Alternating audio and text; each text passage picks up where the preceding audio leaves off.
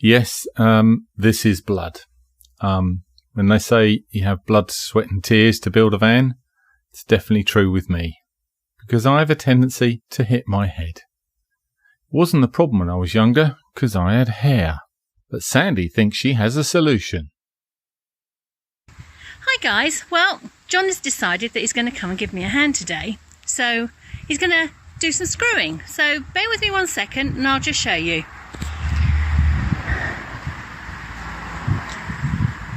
Health and safety came round, told him that he had to dress appropriately today. I think I can't get hurt now.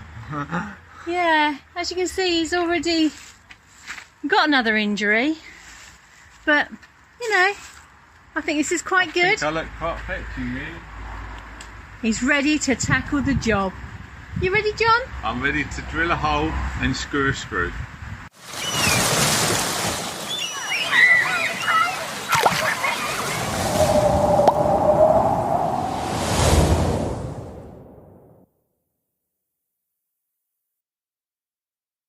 I've tried many things, but they all make me look stupid, so I think I'd rather hurt my head.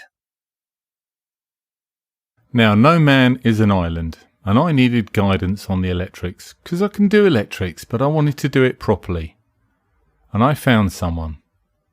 Greg Virgo. He's the god of electrics. Go to his YouTube channel, because he'll sort you out. Thank you, Greg. So following his guidance, I did my own layout, and it allowed me to think about what was going to go where. Because it had to include solar charging, it had to include electric hookup, and it had to include DC to DC. So it all had to be done properly. I'd worked out the watt hours I needed, and that meant a 220 amp hour battery. But that was far too big. So I had to rethink it. You see, using a 220 amp hour battery means that it's 550 by 250, which is far too big. And it has to be that size because I can only use half of it. And therefore I needed at least 100 amp hours of usable power. But a 100 amp hour lithium battery is only 170 by 290. So therefore, it's less than half the size for the same power. It became a no-brainer because that meant that it didn't need to be on top, that it could be down in the corner. And that meant a massive saving of space. So that's where the battery was sited. And together with the use of ferrules and lugs and shrink wrap, which have all become my new favourite items, we started to put it together. So the first item on the layout was solar panels. So John is now painting the roof. I was about to say ceiling, but we are talking roof, to enable us to then put the solar panel on once it's all dry. And please... Second coat first. Oh, okay, yeah. Maybe 2 coats. But the best thing is, John has had no accidents today. Oh, we need to paint on my finger. Oh, yeah. Bit of paint, but that's about it. Okay. Catch you later. So the roof was painted with Rust-Oleum, really good stuff, in preparation to mount the solar panel. You know, we've had a big site and they've got a manager, you know, as Carlton says, they are very similar in how they approach the games. And I'm sure Rafa will be saying similar. If it doesn't work, then fall back. But he's just letting it be known that he's not coming back to Everton and saying, I'm going to do this, I'm going to do that, my team will do this. He's saying, look, these are two teams that are pretty even, and they should be aiming for the same things. You know, he backs his team, and he's always been like that. He's always been. Steve, so he says that, yes, you. No, I would never do that. I would never, ever do that. I was going to say, in his words, he's saying Everton should be aiming high and stuff like this. He said it should look like top 4 in the world. Everton finished top 4 before. He was a manager. Sticker, hey, you should do at least what I did. You know what I mean? You know what I mean? It's brilliant that he's kind of thrown him under the bus there, really. Yeah, a little, so if you're not doing that, then you're not good enough. That's okay. Now, we had a little disagreement on this because I wanted to stick the solar panel to the roof and Sandy wanted to screw it because she'd seen a picture of one falling off. I lost. So guess what? We stuck and glued it. And we let that go off overnight. Well, first electrical setup. So, we have our Renogy battery that's now live. We now have the monitor that's telling us we've got 100 amp hours. And it scrolls through to state of charge, which is 69.5%. So it could do with a little charging. Which makes sense. It's telling me that there's one battery in the array, which I can see. And currently it's outputting 13.2 volts. It's cool. So we come through here, we've got a breaker here. It comes down into the MPPT controller. It's got a screen there, but it's actually got a much better one here, which shows us, let's move him out of the way. That's telling me again 13.3 volts, there's no amperage being taken, nothing being drawn, and on the solar panel there's nothing coming in. And I'm hoping that sort of makes sense because it's not very light outside. But everything is connected to there, that's connected to the dual pole isolator, which then goes all the way up and out through there to the solar panel. So the only thing we're not sure of is how well the solar panel is working. But everything else appears to be tickety-boo. Now, I didn't fully understand how the double pole isolator worked, so I had to figure that out. Right, Cosmo's here to help me with this, but I'm trying to put together this PV Isolator, which is here, which isolates the solar panel to the controller. All very straightforward. And then you get the instructions, which again seem very straightforward, I guess, if you're an electrician. And I ain't an electrician. The problem is there are 4 connectors here. Sorry, 8. I've got these. It's just like some form of jumpers. But I only want 2 wires coming in and 2 wires going out. But I think I've sussed it. So, I'm going to show you how it's done, I think. So just so I can see everything that's going on, I'm going to take this out, and you probably don't need to do this, but I'm going to do this, and probably all the electricians will laugh at me and go, no, you don't need to do this. But I don't care, I'm going to do it, because I want to understand how it works. So, these 2 little screws, take the guy out here, put that screw in there, because I don't want to lose that. And we have this unit here. Now, what I want to show you is that these have numbers on them. So 1, 3, 5, 7, and then 2, 4, 6 and 8. Now what I think I've sussed, because I'm clever, is you put your positive feed in here, it comes out in number 2. Which means you could put another positive feed in here, which comes out number 4.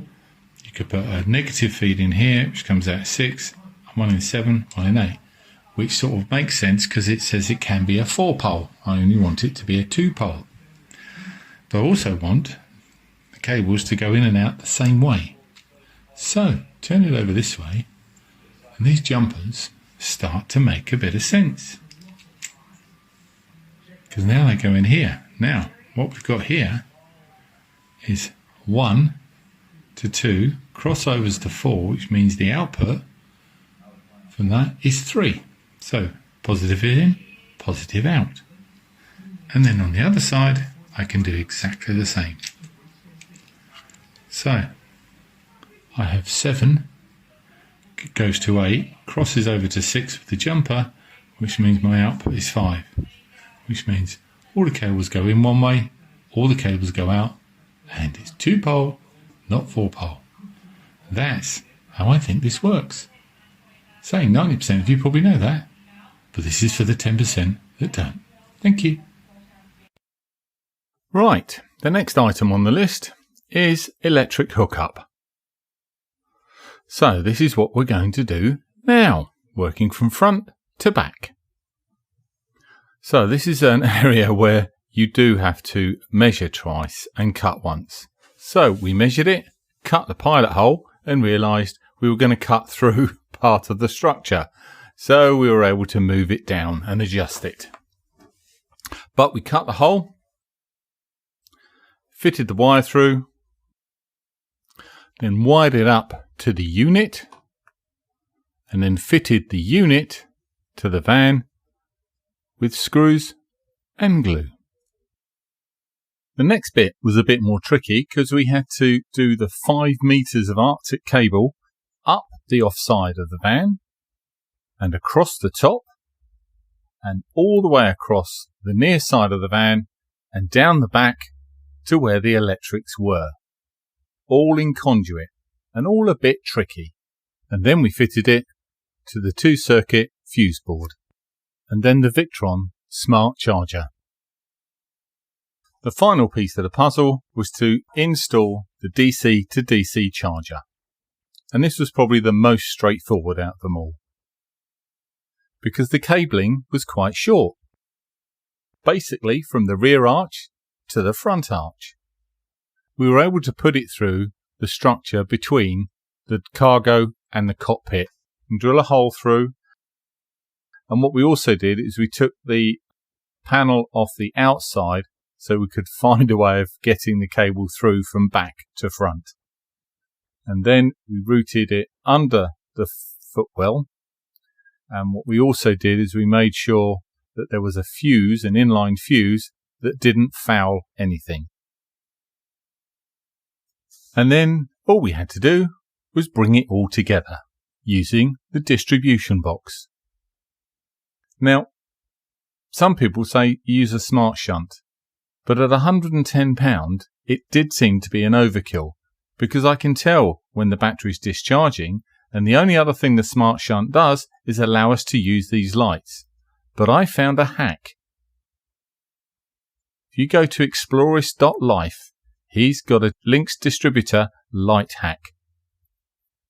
So let me show you.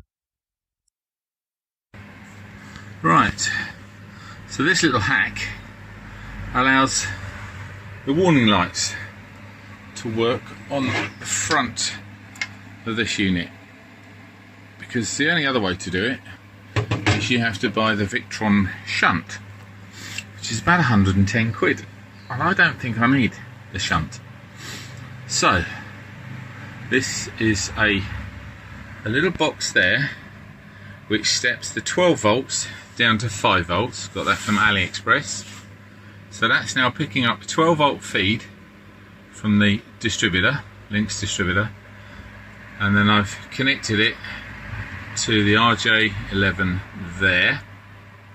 So now, of course, we've only got one connection there, so the others should come up as faulty. When I now switch on the electrics, it goes through and it comes up and it's telling me that that one's wrong, that one's failed, that one's alright, and that one's failed. So that's telling me what I need to know. And that cost me probably the equivalent of £5. And there's a guy on YouTube who shows you how to do it. And I have to say, it's brilliant. Thank you very much. And here it is with the cover on. So all I need to do, put a little mark as to which is which, so that'll be probably 12 volt. That power will go green when everything's working. That's going to be the electric hookup charger, and that one will be the DC to DC, which is that guy over there, which I haven't connected up. But what it does mean is if we have a problem, I can quickly look in here, and if all the lights are green, everything's working. Okay, cheers, bye. Right, so I think we're about done the electric. So we have the battery with the cut-off. We have our electric hookup with one circuit on. We have the double pole isolator as a single pole isolator. We then have, I'll keep my fingers out of the way, we then have the solar panel MPPT charger. We then have the Lynx distribution box with green lights, so everything's working. We have the electric hookup, and finally, if I can get in, we have the DC to DC charger all working, and it goes down and it goes underneath the floor. You can see it goes through there, and then I can come back out here, show you where it goes in here. So it goes through there with a nice little bit of conduit, and then through here with another bit of conduit. Got a makeshift fuse there because it's a bit too big to fit under the footwell, so I'm getting a smaller one. Then it comes in here, get out of the way, and straight onto the battery. So when we're driving, it will be charging the laser battery. If we then stop on wild camp, we have the solar panel, and if we stop at a campsite, we have a good old electric hookup. So there should be absolutely no reason for Sandra to get any level of battery anxiety now. So here we go, and for all this charge, no charge. Bye. So that's it for the moment. Just make sure you like and subscribe to Greg Virgo and Explorist.life, because they were a great help.